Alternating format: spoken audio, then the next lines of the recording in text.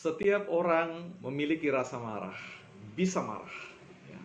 Marah kepada dirinya sendiri, marah kepada satu situasi, marah kepada orang lain. Ya. Tetapi teman-teman, tugas kita adalah bagaimana mengendalikan kemarahan itu dan bukan dikendalikan oleh rasa marah.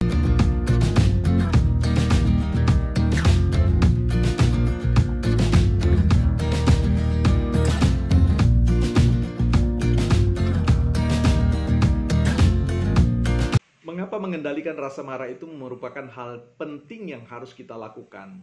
Kita tahu bahwa amarah itu atau kemarahan itu ibarat pisau atau pedang yang bermata dua. Ketajaman kedua belah itu, kedua sisi itu bisa melukai orang lain dan juga melukai diri sendiri. Sehingga kemarahan itu tidak pernah memberikan keuntungan apa-apa. Dia menghancurkan hidup orang lain dan menghancurkan hidup masa depan teman-teman sekalian. Lantas bagaimana caranya kita mengendalikan rasa marah? Sebab kemarahan itu merupakan produk dari satu pilihan-pilihan sikap, nilai-nilai yang kita anut sepanjang waktu, sepanjang hidup kita, berakar, tumbuh berakar, mencengkram jiwa kita, pikiran kita, sehingga hampir-hampir ya kemarahan muncul tanpa kendali sama sekali. Nah, kalau sudah demikian, apa yang harus kita lakukan? Yang pertama tentu teman-teman menyadari bahwa kemarahan itu ya datang dari hasil pikiran yang keliru.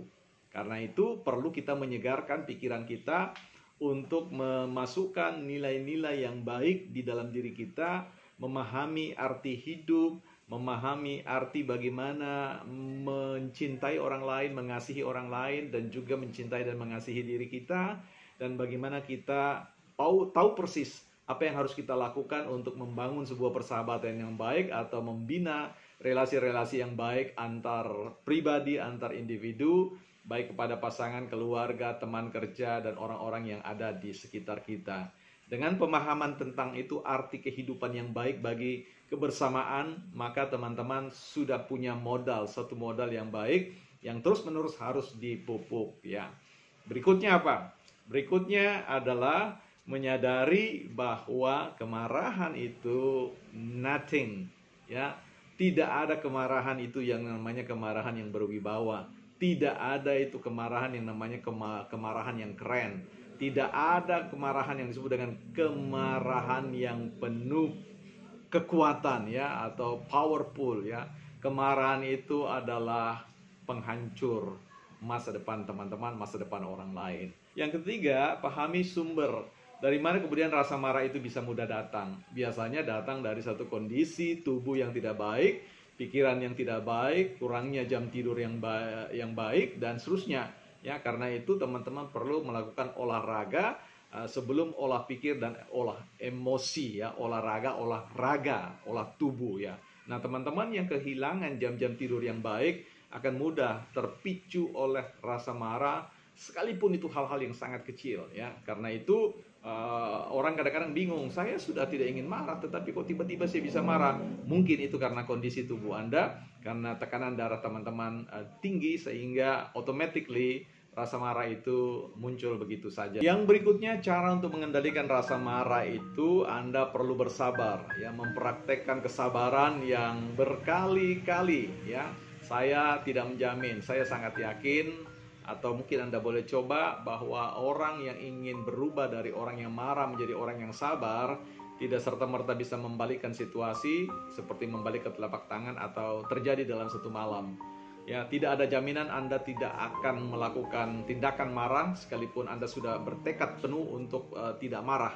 Ya, tetapi itu jangan khawatir teman-teman, ada proses. Jadi Anda berusaha untuk mengendalikan dengan baik, tetapi ketika Anda gagal, Anda jangan memarahi diri Anda jangan memukul-mukul tembok, Anda jangan berputus asa dan seterusnya. Ya, tetap lakukan. Mungkin manajemen kemarahan teman-teman bisa menggunakan, misalkan kalau tadinya setiap hari Anda marah, ya cobalah 1 minggu sekali ya. Ini bukan direncanakan ya, artinya Anda benar-benar menghitung frekuensi kemarahan yang muncul dalam diri teman-teman, dan usahakan jaraknya itu semakin jauh.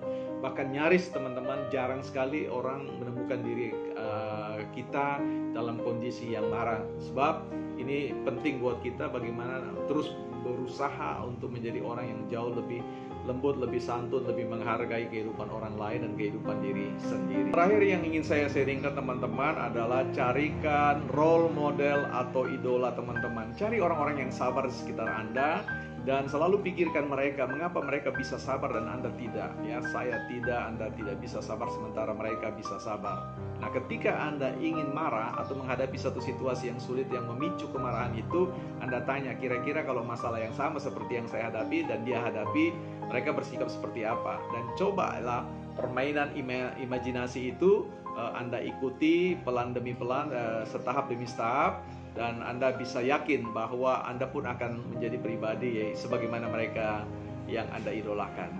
Sampai ketemu, salam and motive 3.